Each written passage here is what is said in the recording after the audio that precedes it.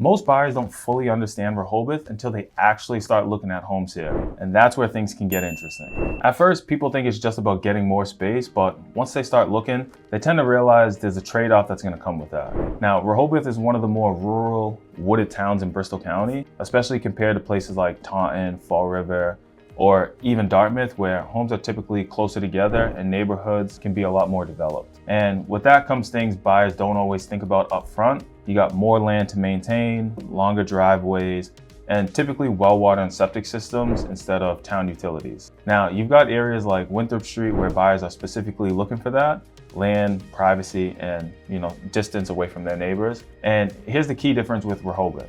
Buyers looking here aren't comparing it to Taunton or Fall River. They're comparing it to towns like Norton or Mansfield, where prices have gone up and it's harder to find this kind of space at the same value. Now, Tremont Street is where you really feel that trade-off because you get more space and it's typically more quiet in that area. But you're also further from Route 24, I-95, and everyday conveniences.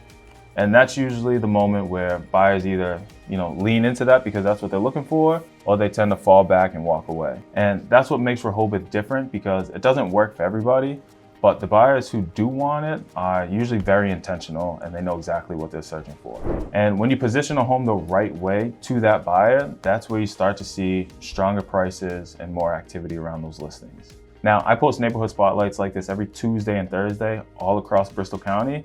So if you like these videos or there's a town that you want me to cover next, make sure to follow the channel, drop it in the comments. And if you're curious what your home could potentially sell for in today's market, feel free to send me a message. My info will be after this and I can send you an updated equity report. But that's it for this one. Take care.